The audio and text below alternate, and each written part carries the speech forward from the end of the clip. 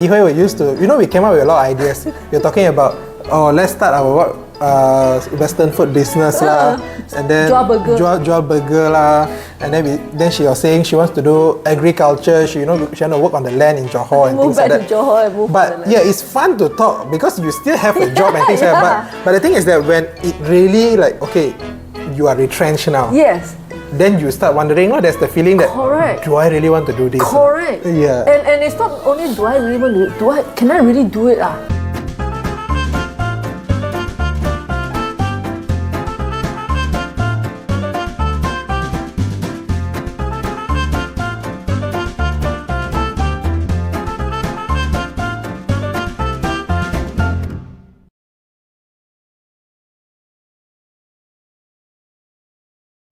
Hello, good morning, everybody.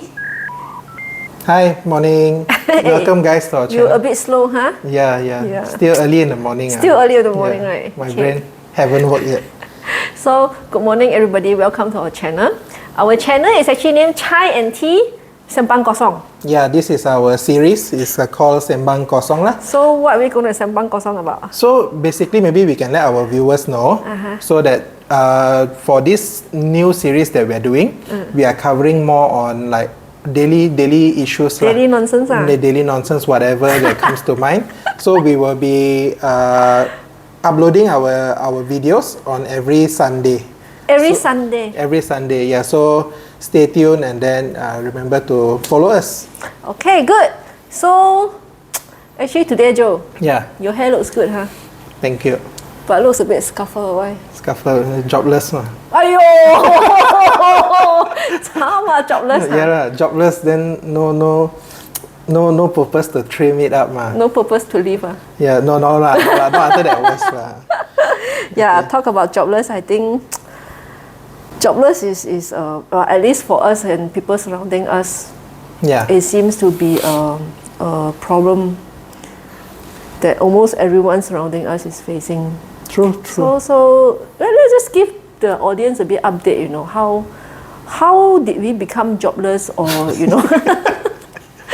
and how did I find a job, and how do I feel, throughout this process. So you want to give a bit of background? How did we become jobless for a period of time? So I guess maybe we don't mention any names lah. Yeah lah. Okay, so so maybe if for those who didn't know, so me and Yihui actually used to work together. But however, due to some unfortunate situation, I would say. Unforeseen circumstances. Unforeseen circumstances. The company had a retrenchment, large layoff, I would say. Yes. So I think it's a company direction that changed. Yeah. And then they decided to let go a big portion of the staff, and quite a few of us are involved lah. Yeah. So as I know, Joe is currently still jobless, and I'm lucky enough. I'm lucky enough to find a job.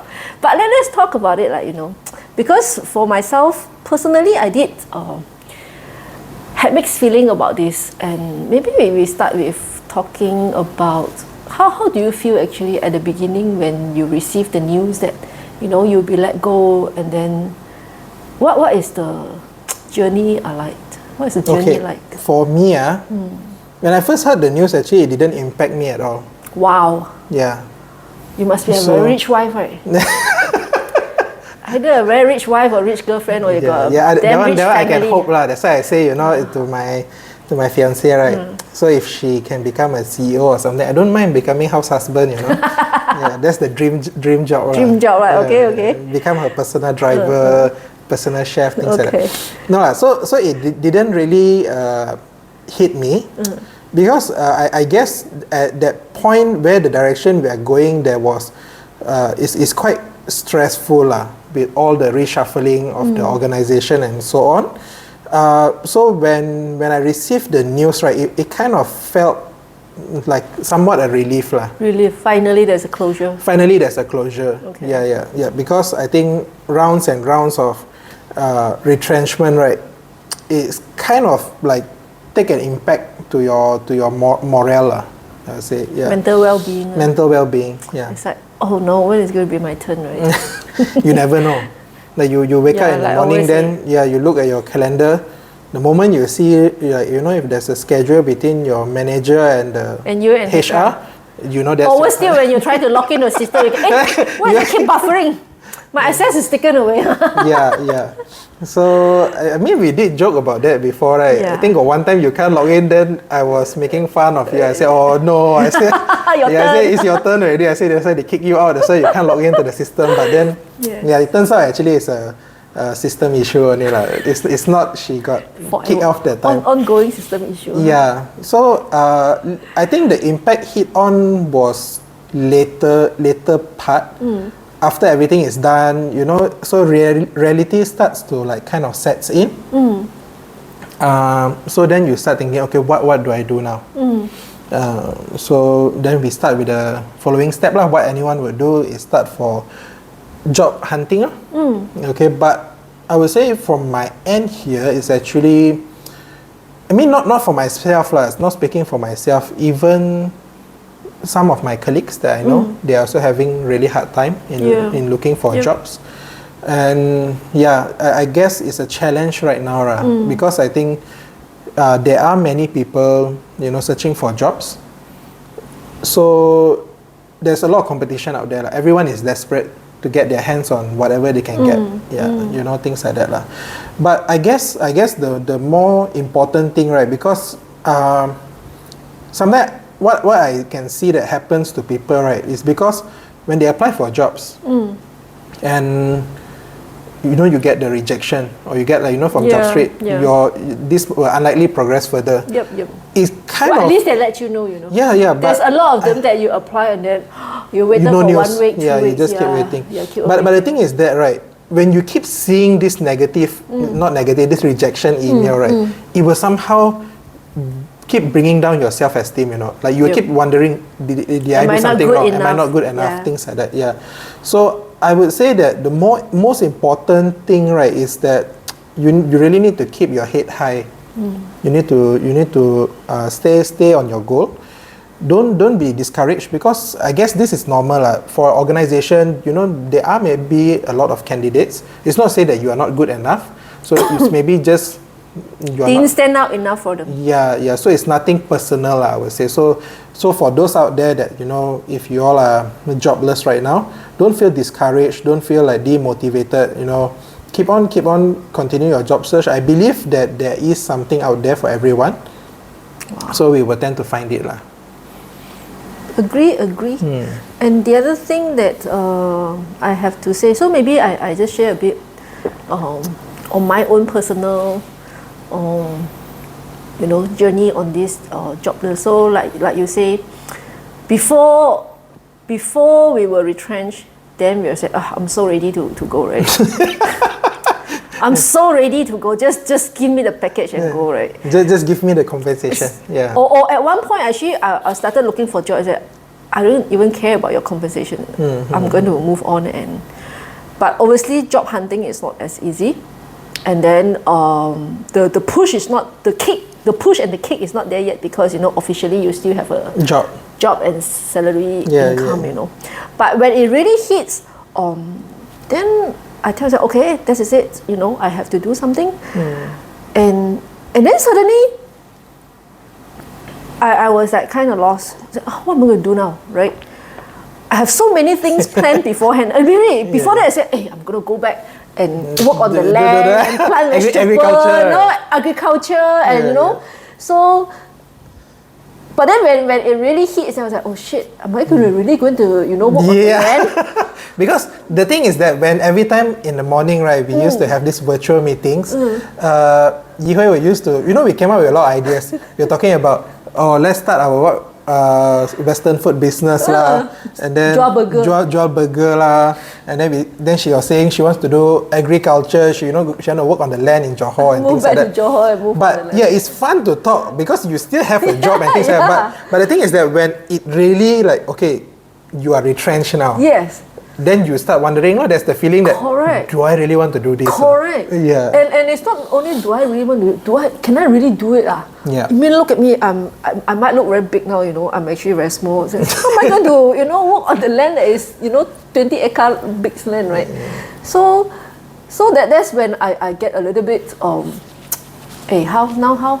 But I mean, given my profession, those who doesn't know, I'm a nurse. So for a nurse, it's relatively easier to find a job. But then there's a lot of demon talking at my back. You sure you want to go to hospital? You sure you want to work there?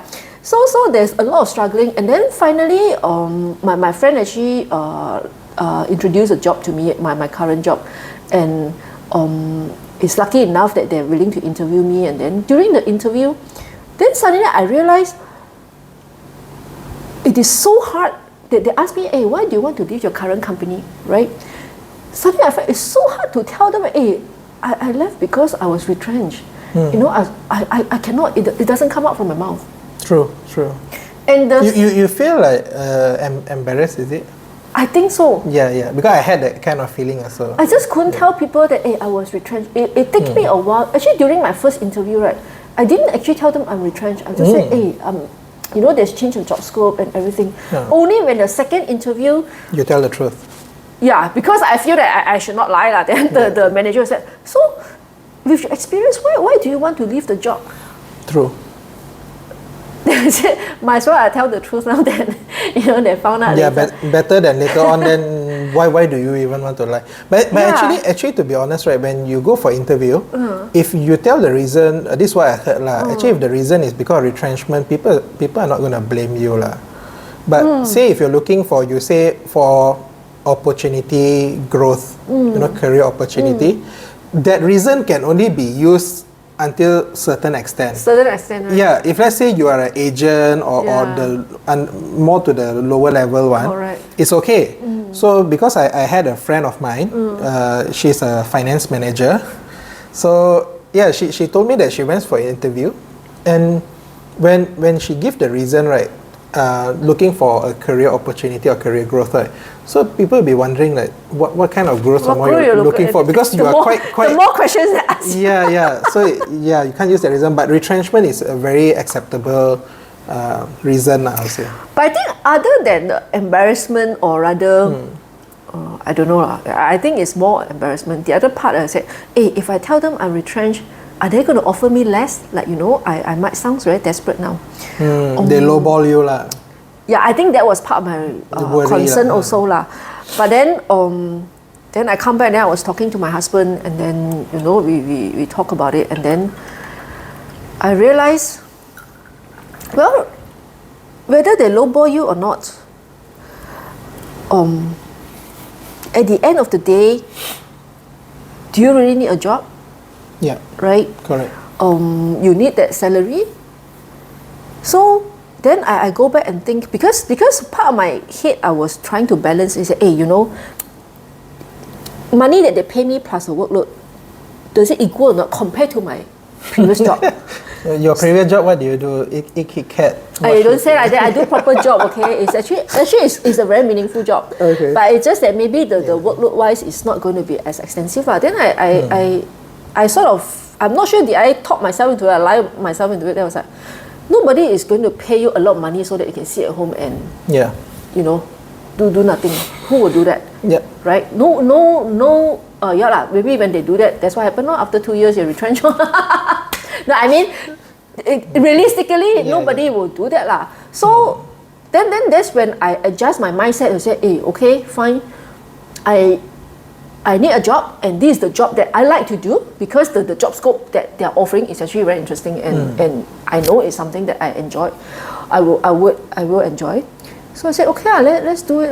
Then of course there are a lot of things to adjust at the back of my head. They said, hey, it's not going to be easy. It's going to be a lot of challenge, but at least there will be growth, and you're learning new things, and things that you do will still be meaningful, because currently what I do is a lot of training and education, will be still sharing the knowledge.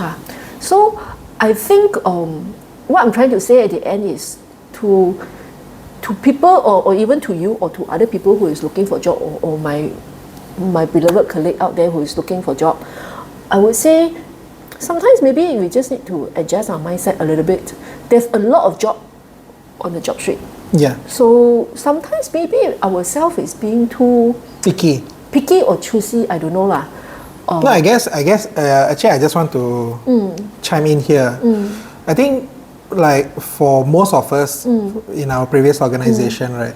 I guess the environment that we had there and the work dynamic, things like that, right, is really different. Yes. I mean, as much as you want to deny it, you can't deny this. No. Yeah. So because for my different as in a good difference. It's a good difference. Yes. Yeah. So I mean, we are working virtually. We have colleagues in KL, in Ipoh, in Johor, but for the first time, usually, a lot of bosses will say, right, oh, I need you to come back to office because why? When you come back to office, then only you can have the bonding. But to my surprise, right, with virtual, right, we bonded we as though so close to each other. But then padahal it's actually like one fella in KL. Yeah, it's like, hey, I only seen you once a year. We only see once a year only, but we were so close to each other. Yeah.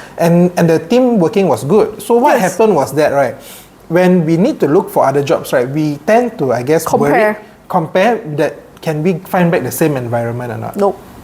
Which is... I'm telling you now, no. You're lucky enough, maybe yes. I mean, for me, I feel like as of now, I have to say this because my current boss could be, watching. It's not true lah. But I at least feel like now I feel there is some sort of closeness or at least support is there lah. But a lot of time, it's not going to be like before. Like, Yeah, it won't be lah. I mean, we need to accept that. Yeah. So that we can move on lah. Yeah. So I would say adjusting the mindset is really important. And then plus also I think we were like working from home for how long? So we were like so comfortable in the comfort zone. Yeah.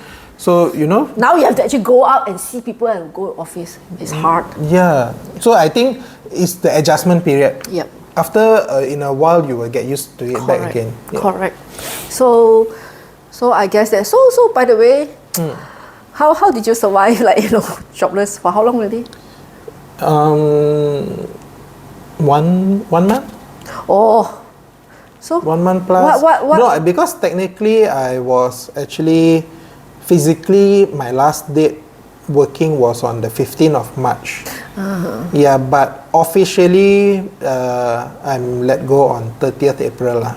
Yeah, but your pay is still ongoing. They still pay lah. So that's a good thing lah. So you have time to look. Yeah. Look. So if you ask, means it's, I guess if you count, means it's more than almost close to 3 months if that's the case lah.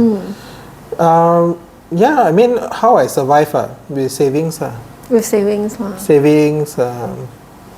Then but saving is savings Yeah, so I mean. Have to. When I always find that I mean, as much we do not want to touch it, right? But you got no choice. Yeah, you got no choice, and we have to survive, still. But to my surprise is the EIS. The EIS, yeah. Yes, I never know that Malaysia have this kind of scheme, right? Yes. So is do you apply for EIS? Yes. I heard. Actually, it's who tell me? I don't know who told me, but HR also told us, right? Yeah, so we can, for those who doesn't know, if you are retrenched, you can actually go to Sokso or go to, what's that department called? Sokso lah.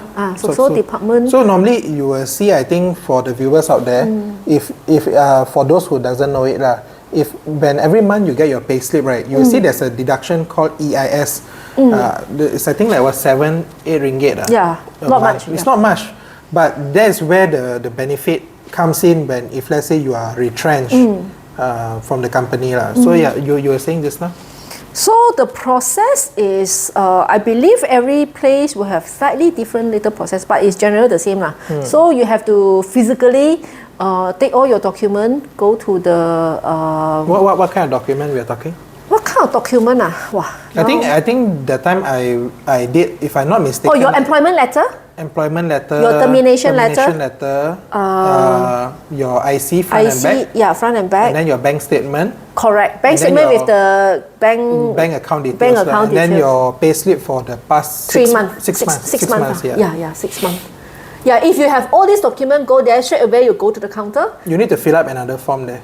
Yes. Yeah. But you can straight away fill up and then send in. Send in together. Yes. Because when I went my turn, right, they actually gave me the form to fill up. It's actually quite a lot of details they have to fill. It takes some time. It's in Malay, I think, right? It's in Malay here, yeah. So, people like me will be like, what? How funny? Have to go to the counter. To those who doesn't know, she actually is a...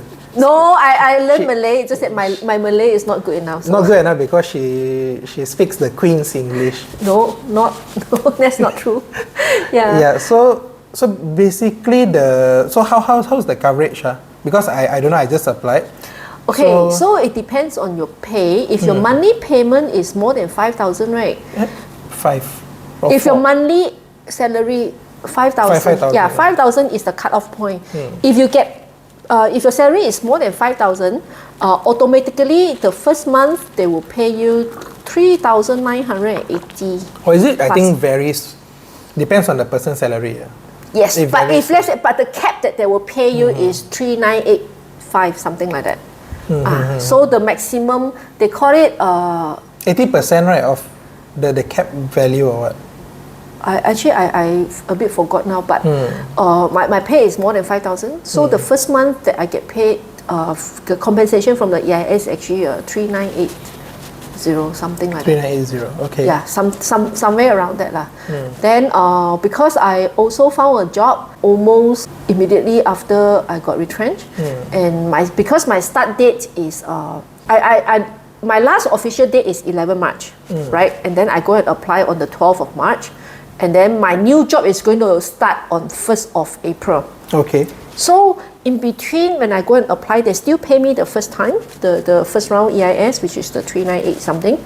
And then they say I'm still entitled for the second. Oh, okay. Second. Even though you already got a job. Yes. Oh, that's very good. Yeah. So on the second round, when I apply again, I actually get 2,900 something. But is there any requirement for the second round? I heard the first round is they were straight away approved, right? First and second round, I think will be straight away approved. Okay. And then the third round onwards, you have to show that you have gone through interview. Okay. I mean, correct me if I'm wrong. Or you were... I think this one, if I'm not mistaken, there's an age gap. Yeah, apparently when you are 40? 40 plus above, 40 right? plus and above, you only so how many need one interview. One interview? How many application? They didn't say application. No, didn't. Because I think interview. for like us, the younger ones, it's a 5 jobs application and at least 2 interviews. Wow. Yeah. So I think you got it easy because of I found jobs straight away. Yeah. And maybe they pity old age. It's hard. What is it? Generation gap, Sembang, Kosong No. of thing? No. This topic is on jobless. Yeah. I think is thank you government for giving people who is 40 years old and above a chance. But I think that also reflects that the inequality or unfairness in the job market nowadays. Really? Well, it looks like the government also believe when you're more than 40, the less chance of you getting interview, right? Why? Why do you not want to employ somebody who's above 40? I didn't say There's just discrimination, I think. But I think maybe because age factor lah. Why? You know, the older people, they got more penyakit or what. And then they are maybe more not so, active compared to the younger. They don't have the thirst because they are like, the older you get. I'm here to do a job. Don't tell me what to do. The older you get, you become like the fat cat, a fat cat on a lazy Sunday afternoon. Swatting at flies. But it looks like you all. Yeah, because now. That one is you. Now I'm jobless. Yeah. They're just sitting there. But I mean, fair enough lah. There might be some job that have age requirement. But what I do not understand is when I go out and see the cashier, like people looking for operator in the factory, or people who draw baju, they put age limit there. Oh, not more than 35. Why? Why people more than 35 cannot sell baju? Maybe. Huh? Do you want me to name the shop? Put up this. In Penang. Everywhere you go and see, the factory will tell you, oh, we are hiring operator. Because I think age between 18 to 35. Why? Motor skill because maybe they are slower. Huh? Yeah. 35 You agree that when you are older you get slower? You see, like when we went down to KL for seminars, right? You remember? No. And the moment that it reached night, you became like zombie, like everyone. Like half. No, I was active. Vino was active. Was it? A few of us, but you were like struggling on, like forcing yourself to move through the night. And then I was like, wow, that's the disadvantage of being old. Very fast your battery gone out already. Hey, that one is normal but okay. The job. I mean, this should not be the. Yeah, true. The reason to. So I still don't understand. But I think there are some companies that actually try to accept all kind of age. Yes. My previous organization, they actually do that. They hire, like really senior citizen or what. As long as you have the skill, the basic skill like computer skill and things like that, they're okay. As your slow is fine, but as long as you can do the job still. I hate people associate with this slow and old thing because, maybe I'm the exceptional. I don't know. Yeah. I'm not slow and I'm You're not slow. So, but I guess that's why I think when people are jobless, when you are still young, because with all this limitation, and then I ask myself, hey, why I'm so lucky? I'm so fast to find a job that I wanted to do and I like to do. Then I realized. It's the experience that I have and skill that I have, and I build this up along the way. That's why when you ask me, I say, hey, should I change field now? Then I will say, you're still young, you're still 27, right? No. No, huh? I'm 29. Oh, 29. Yeah. I thought he's 35, but never mind. You got a beard. Yeah. So that's why that time I was telling you, hey, go for it lah. Change a job where you can do until you're old already. Yeah. Build up a skill that the more you work, the more experience you will build. True. And the better you will become. True. Right? So that's why I would encourage, if let's say, and it doesn't have to be when you're 30 then you can do it. I believe when you're 40, you also can do it, right? Even when you're 50.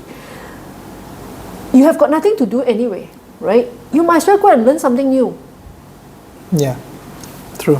But I think that one will be on another topic. Oh, is it? Yeah, okay. yeah. So I don't talk about it. That one is, we're talking about switching career at the golden age. What golden age? Golden age, 50. Don't say like that lah. Switching career at any age. At any age, okay. So that one we will cover in another episode. Okay. Yeah. So that's how you deal with old people, right?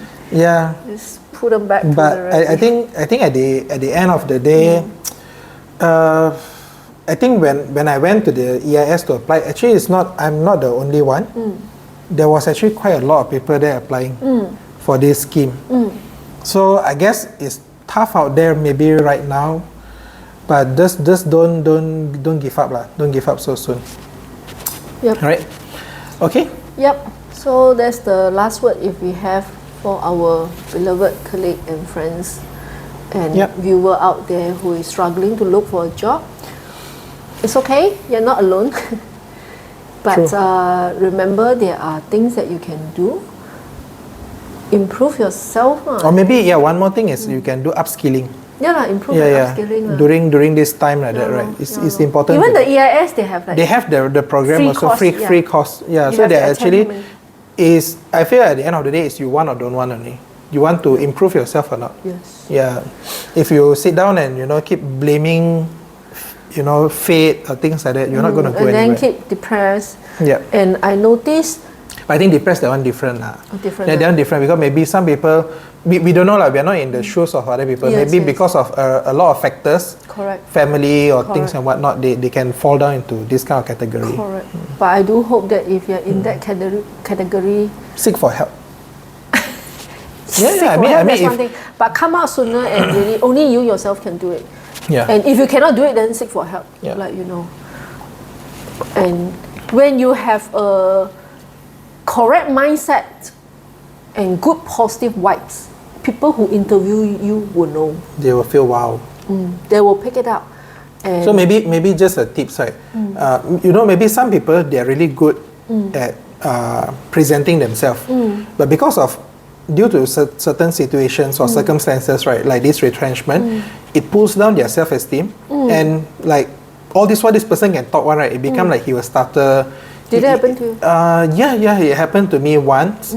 So I actually spoke to my boss, my previous boss about this. So he gave me quite a useful tips. He said, that will happen to actually a lot of people. So if you really, when you're going through the interview, try to push aside first for that moment. Don't think about your jobless, your commitments or your worries. Or how much you need a job. Yeah. Because the moment you put that in your head, right, no matter how good at you are at talking, it will affect you. So just push it aside. Then do your best. Be yourself when you're talking. Then I guess it will not affect you that bad. Yep. So because the thing is that you need to impress the interviewer. So they don't know you. They don't know what have you been through. So when the moment you have low self-confidence, all right, and then there's so many candidates, right? They look at others already. Because it really shows on. I think this self-esteem thing, and it really shows, and it will disperse that aura that, hey, Yeah. This guy got negative vibe. Yeah. We do not want in a fun, loving Stay environment. positive. Okay, with that being said, we have come to an end for our today's episode on jobless. So thank you guys for watching, and remember to like, share and subscribe. Bye guys.